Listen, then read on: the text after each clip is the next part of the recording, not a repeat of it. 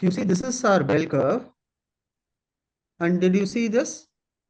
Our calculation from -1 to 1, which is 68%. Another 2 to -2, this will be overall 95%. And another 99.7% will be -3 to 3. Okay. So there will be still some values which are left over apart from here. You are able to see my screen, right, Raghav, Sashi? Yes, sir.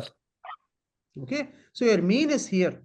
You see, most of your data points will be lying between this bell curve from this region to this region.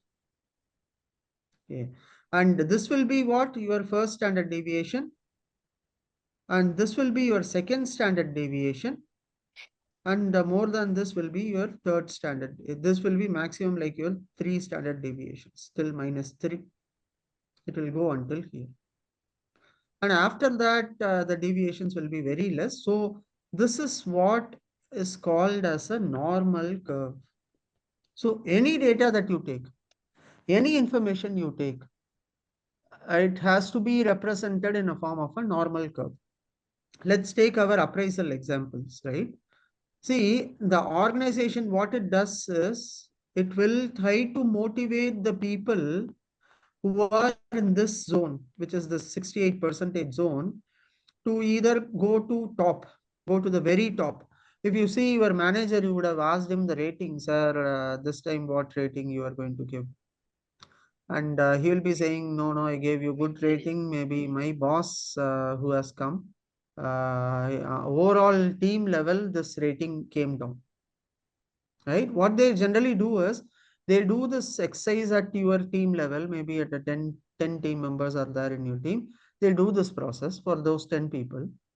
And then what they do is they expand this curve to his manager, to his manager's manager, to his boss, and finally it go to the till CEO level, this will go, right? Once they do this exercise, they will now distribute and say like, okay, for the middle tier, we are planning to give 6% hike. Because here is where most of my population will be there. And my second top, I'm going to give 15% hike. And for top of the top, I'm going to give 20% hike and bonus, plus etc. etc. And if you see, these organizations are really very, very cunning, and they know this strategy, because only 68% is going to fall here. So what happens? Rest 22% is what I need to distribute. So what they'll do is they'll try to push more people here and try to make people fight for this zone. And very even one or two people in the whole organization will be getting here. Then what happens is they try to save maximum from this group. Okay. Do understand this concept. The standard, the normal curve is something, not just a concept alone, not just for understanding. This is being used by our organizations in our day-to-day life.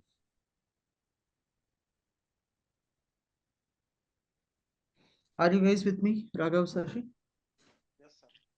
Yeah, yes, sir.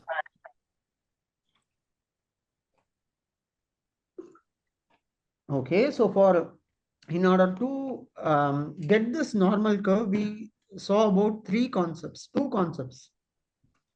What main thing is required? We should be knowing the mean. And we should also be finding a standard deviations. How far from that mean has the value gone? So either has it gone 1 standard deviation, 2 standard deviations, or 3 standard deviations, right? And after this 3 standard deviations, mostly will be outliers. Will not be either considering, or it might be mostly erroneous numbers or data. Yes, it will be too closer or too accurate, and this might lead to incorrect results there. Right? So not only there, even for testing as well, our testing our models accuracy, efficiency also, we'll be making use of this concept only. We'll be saying like how accurate your model is. See, many research papers and this, they will be saying 99.8 times, 8%. Why they say 99.8? That's because this is from the mean till 3 standard deviations. This 99.8. There will be 1.1 here and 0.1 here distributed also. They'll generally not consider that. They'll say 99.8% I'm sure that this particular medicine will really work well for this particular diagnosis. It is based on data within these values, or based on the degree, or how we can consider, sir? Means the 68% from the here to here, for example, mean 10 values. Here, the most of the within the 100. Okay, most Sashi, of your the, voice is very low. Can you come closer to the mic? yeah, can you hear me, Yeah. sir? No? Yes, it is better. Yeah. How the mean the percentage will be calculated based on that the data is near to mean 68 percentage Okay. See, the mean is calculated how you standard. know this, No, right? no, I know. So I mean, mean standard yeah. deviation, first standard deviation. Okay. I mean, See, the for in order to find the standard deviation, the first thing that you need to know is what mean. So this the above thing, whatever you are seeing is a mean formula, x minus yes, x sir. bar. Basically, they Yes, are sir. subtracting the data. If 10 records are there, they are Yes, sir. taking the data and subtracting it from the mean. And they are squaring it. Why they are squaring it? So that we can eliminate any negative values. In case there are negative values are there, then we are squaring it, Yes. right? And what they are doing, what this symbol is basically a summation of I to n. So for example, if there are 10 records, it goes from 1 till 10. It does the same exercise. Okay, and it computes my numerator. Okay, and what they do is um, so they generally do n minus 1. N minus 1, why it is done? It is basically done for samples. So whenever we are going to deal with sample of a big larger population, we generally say as n minus 1. Or else if the population itself is taken, then we just divide by n. We don't do n minus 1. Okay. Okay, so this is the formula. So the result what we are going to get, they take a square root of that result. Okay, so once they take the square root of this result, this will basically say from mean this point, mean will be like assume 10. This point will be like 10.5. That means what we'll say, okay, this is closer to the mean, or Yes. this is far away from the mean. So assume you are The getting 50. the graphs will come on base. It should be come in the bell curve only. It will not like square same values or like this. No, actually, Not what like, happens is that's why we'll be telling in order to take the data for model, yeah. the data should be following a normal distribution because it needs to take this data only and try to apply a model on top of this. So whenever in statistical models, whatever we will be working on, everything will be needing the data to follow a normal distribution. Most of the models, most of the algorithms will ask for that. Basically, it will say whether the data is following a normal distribution or not, Okay. right? So if it is not going to follow a normal distribution, then we will try to make it follow into a normal distribution. That is what our challenge would be here in data Okay. science. Yes, Raghav. Questions from your side.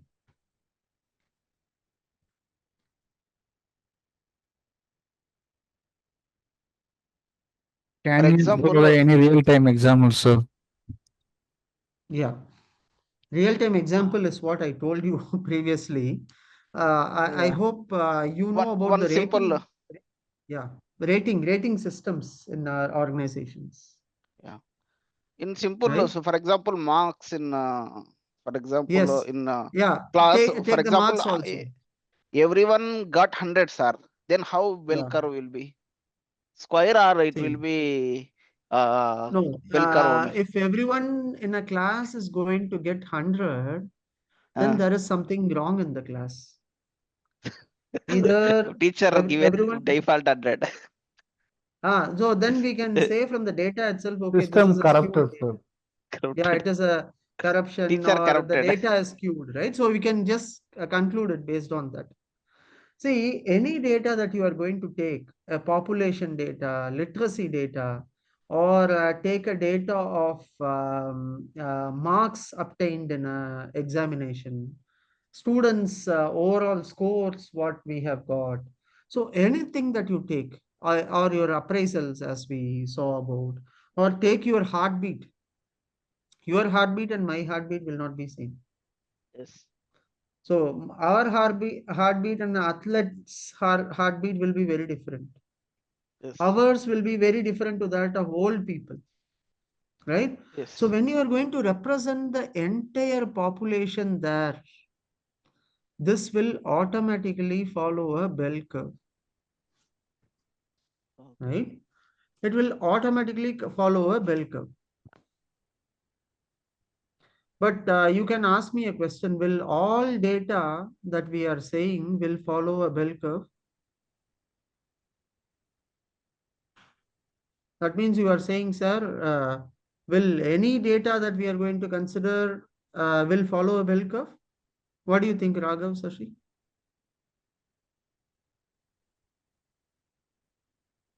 As you said, it will follow the bell curve, sir. Yes, all natural phenomena. So keep that in mind. All natural phenomena, whatever is happening, will form a bell curve. But there are other data also which do not fall as a bell curve. So we call them as skewed data, right? Whatever is not going to follow the bell curve, we'll call them as skewed data Q data. or multimodal. There is also another term in statistics. We either say a skewed or multimodal, right? So basically what we will be doing is we will be doing whenever new data is there, we'll be doing a test of normality. So I'm trying to see whether the data is normally distributed or not. Before applying any statistical method, we do a test of normality and we will see whether this data is following a bell curve pattern or not.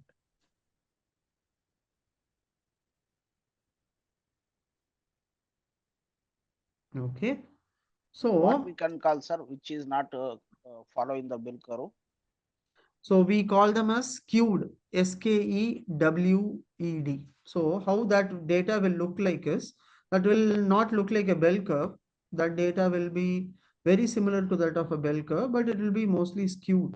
So how it will be is, I'll tell you, if this is your X and Y axis, instead of a bell curve, it goes up and down like this, right? So here what it does is it goes till here and this goes like this and gets completed, Yeah, right? I think I saw this kind of curves. Yes, yes. You see, and here will be your mean, but you see your normal data will be too much away from the mean or something like that, Yeah. right? So everything works. Whatever is closer to a mean will be this, or there can be other type of curve also. This is one form of curve where the data is totally skewed, and in some other curves, the bell will come here and the data will go like this, and your mean will be here in the middle. This will be your mean. Most, as per your experience, what kind of you are getting perfect bell curve, or how you are getting squeezed? No, we will try to see if we can make the data to a normal distribution, because mostly if a normal distribution is there, the model's accuracy and these things can be better. So we can rely on these results better. But if it is not normally distributed also, we'll see how things are. That's why we have machine learning in place. We have advanced models in place. So this is only with a sample of data, right? So it considers everything all together. There is something like we'll distribute or take some specific data, try to make it normal, right?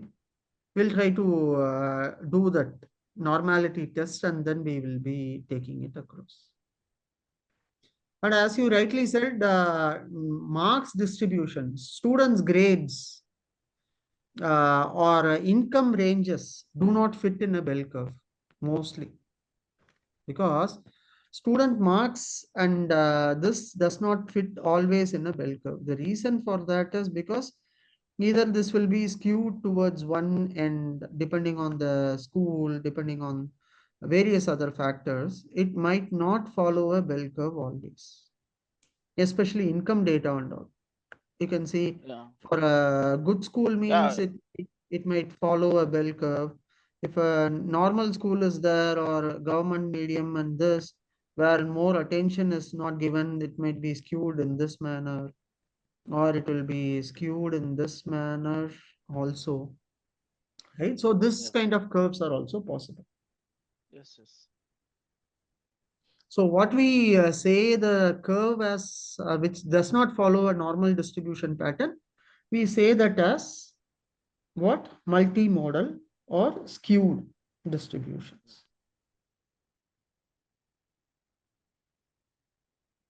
Okay. So how are we going to test the normality of the data? That's what we are going to learn. Are you guys clear with the concept, Raghav session? Yes, sir. Yes, sir. Yeah. So there is also, I'll introduce you to something called central limit theorem. Okay.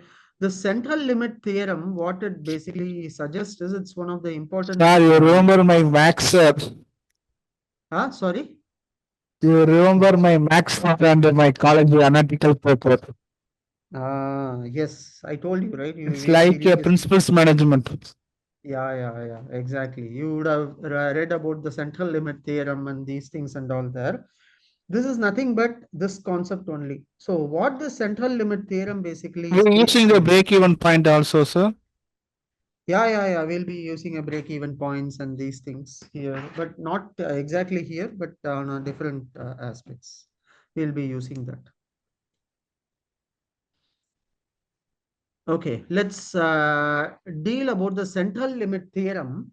So basically what this theorem states is that the distribution of a sample mean will be approximately normal.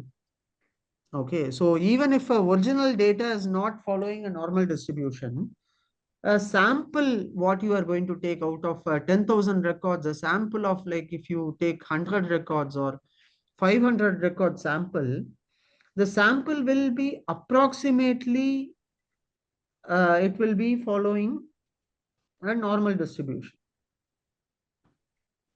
So approximately normal the mean will be, which means the mean will be approximately at the center of this particular data points and it will generally follow a distribution of closer to the mean. That's what the central limit theorem basically talks about. Okay, you are with me? Yeah, yes, sir. Okay. And this is also called as Gaussian distribution. So named after a German mathematician, Gauss, his name is Gauss.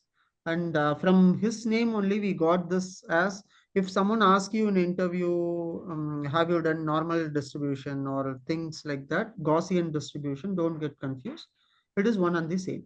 Normal distribution, Gaussian distribution is one and the same. Okay. Okay. So now let's look into NumPy. Okay. So how are we going to make use of this concept? So what we are going to do, we are going to take NumPy package here. So in this NumPy package, we are basically going to import um, from NumPy import random random. Yeah, we'll be importing random. And we are just going to give a size here. I'm not going to do a choice. Instead of choice, I'm going to choose something different. I'm going to say random dot normal of the size 2 comma 3. So basically what I'm saying here is I'm just generating a data, okay, of size 2 comma 3, which will be, so it is just taking some values and it is basically displaying uh, 2 rows, 3 columns. So 2 into 3, 6 values it is displaying. You see here, normal data, it is basically generating a normal data for us. You see some data are in minus, some are plus, some are 0.6. The highest is 1.6.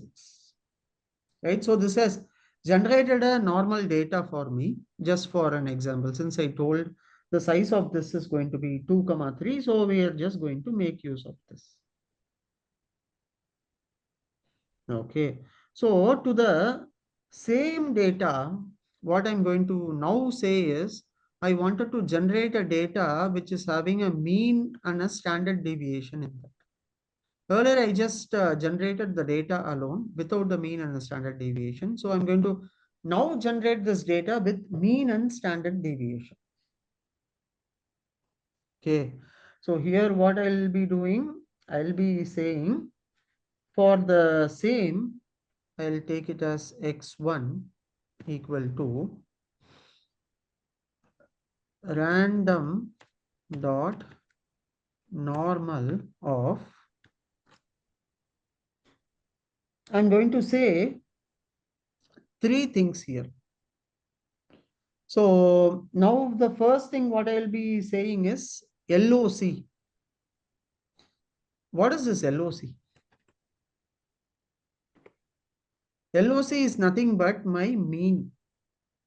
So I'm telling generate a normal data which is having mean of 1, okay, standard deviation of 2, which means from mean, make sure you are having 2 standard deviations away the data, and now generate in a size of a matrix like similar to that 2 comma 3 with 2 rows and 3 columns, generate this data. Okay. So LOC is what, Raghav? Mean, sir. And scale is Sashi?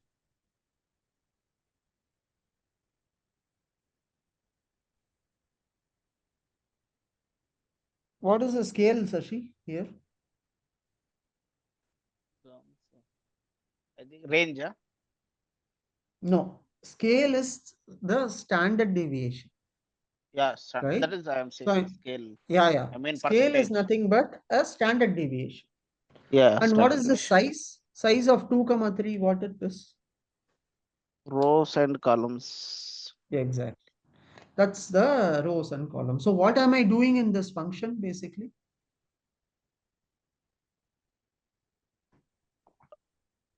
Many deviation. We execute mean and the standard deviation. It's showing the row format 2 into 3. Yeah, with the mean and standard deviation, I'm generating this data.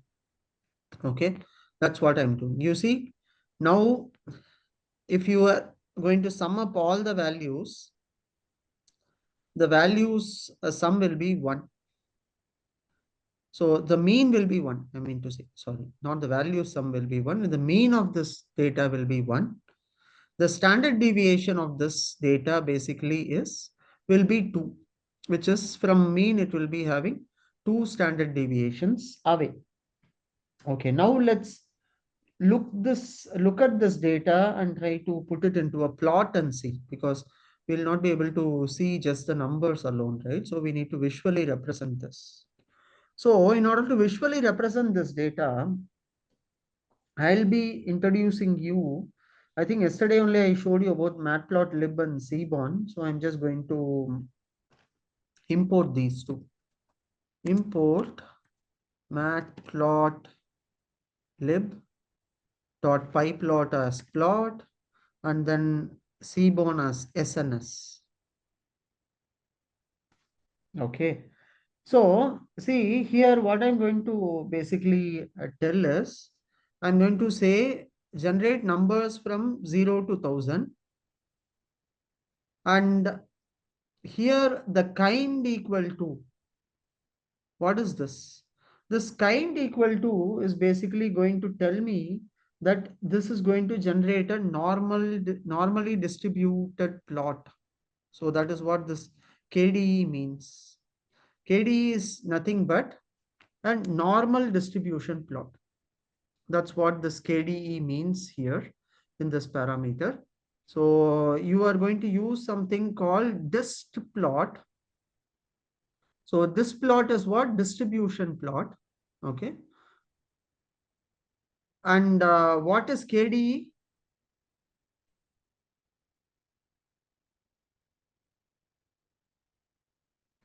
Have you guys heard about something called kernel density estimation? No, So sir. this is nothing.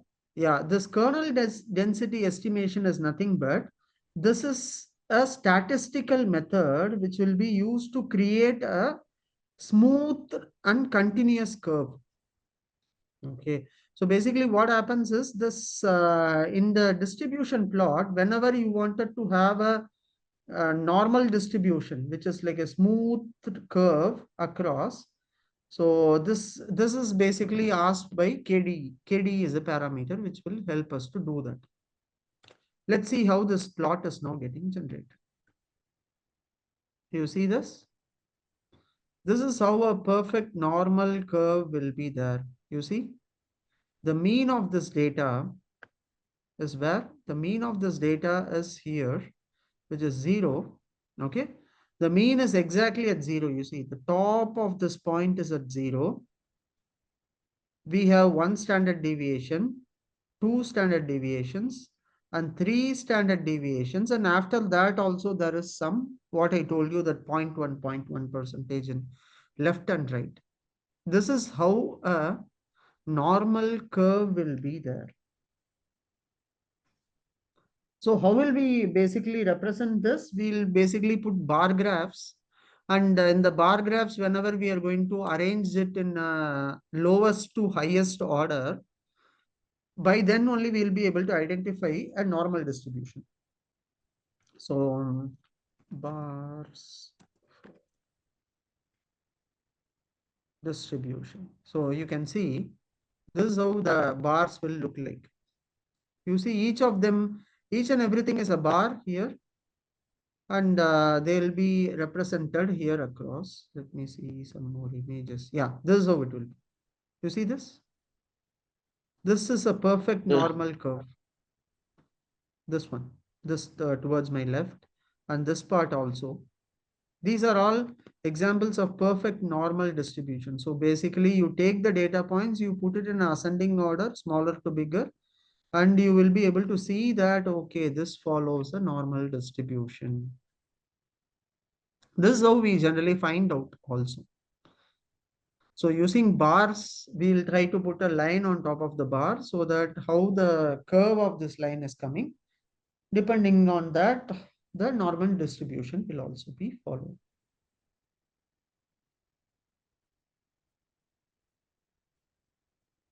So here in this example, what we have done is we have generated a normal distribution by using this kind equal to KDE. Right? So we have generated this normal distribution. Instead of the size parameter, so what we'll do is let's give this as a parameter for this normal distribution. Okay. Instead of size equal to 10, let's give this. But I think Did I say this plot?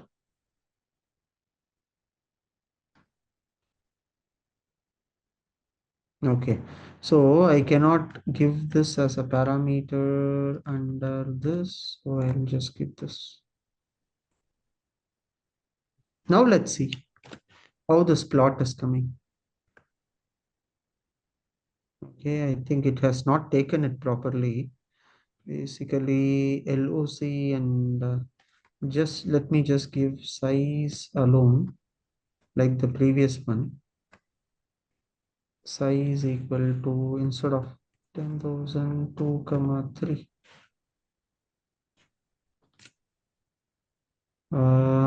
Okay.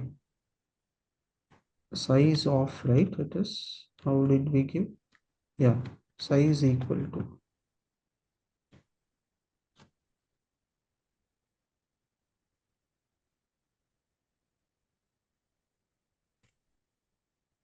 You see, this is also a normal distribution only. So it has just represented this data with three different pointers. It has basically 0, 1, 2. It has generated three curves for me. So all you see, this is perfect normal. This is also a normal distribution. This one is bit skewed. So how do you know whether a skewness is there or not? From the mean of this data, you can see which is closer to the mean. I think all three curves are not perfect normal because mean is not zero, except maybe it is closer to zero for this. This can be slowly considered as a normal distribution, but the other two graphs that are generated, they are not. They are not normally distributed.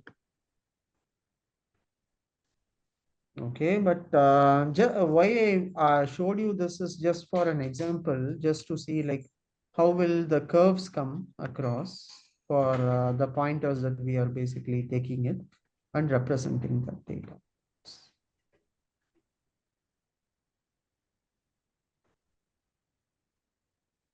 Where is our normal distribution? Yes, it's here.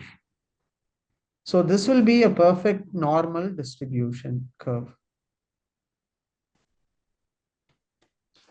Raghav, Sashi, any questions here with respect to normal distribution?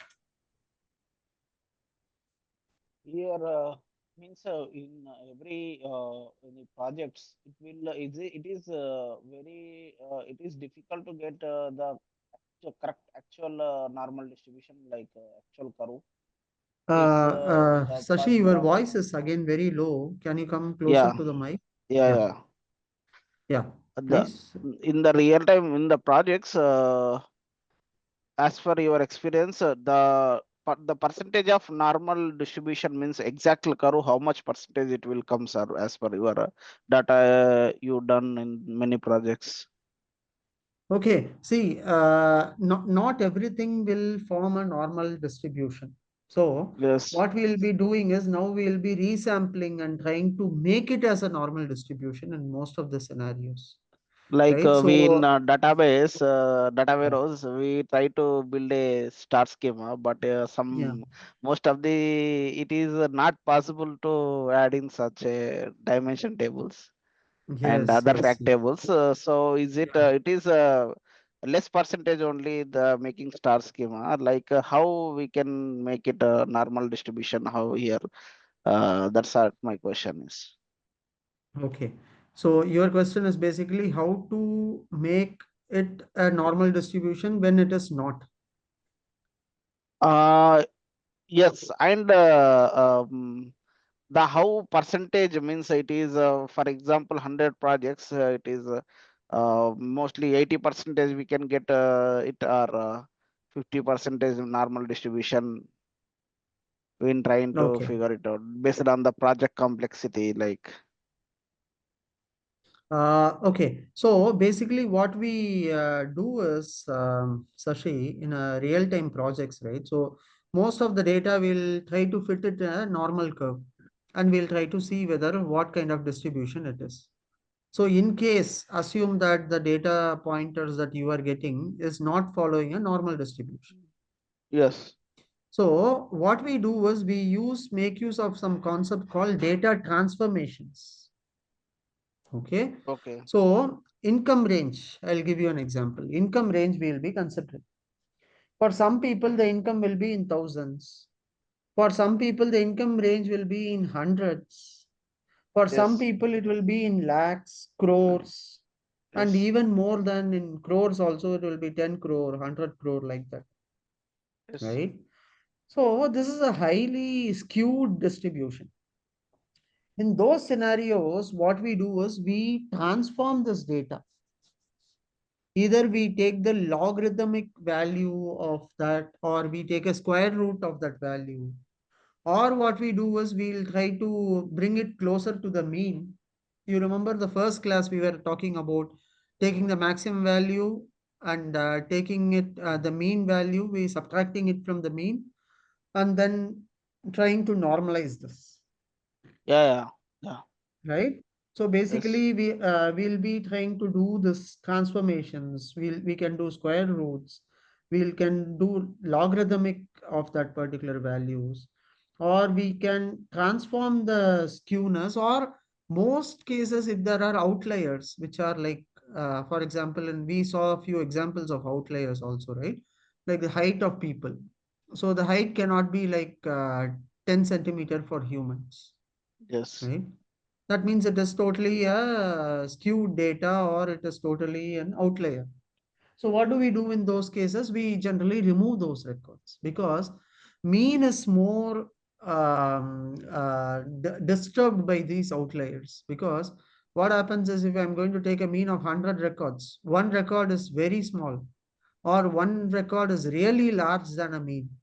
That scenarios, the mean also will be a wrong indicator there, because the mean gets affected by the skewness, right? So we'll generally avoid or remove these outliers. And then when we take the data, then this will follow a normal path, normal distribution. Or for example, if at all you are having a sample of 10,000 records, you are totally having, you take a sample of 100, then you find that, okay, this is not following a normal distribution. Generally, what we do is we increase the sample size. Instead of 100, we make it 500, or we'll make it 1,000. So the larger Yeah. the sample size will be, the better the distribution can be.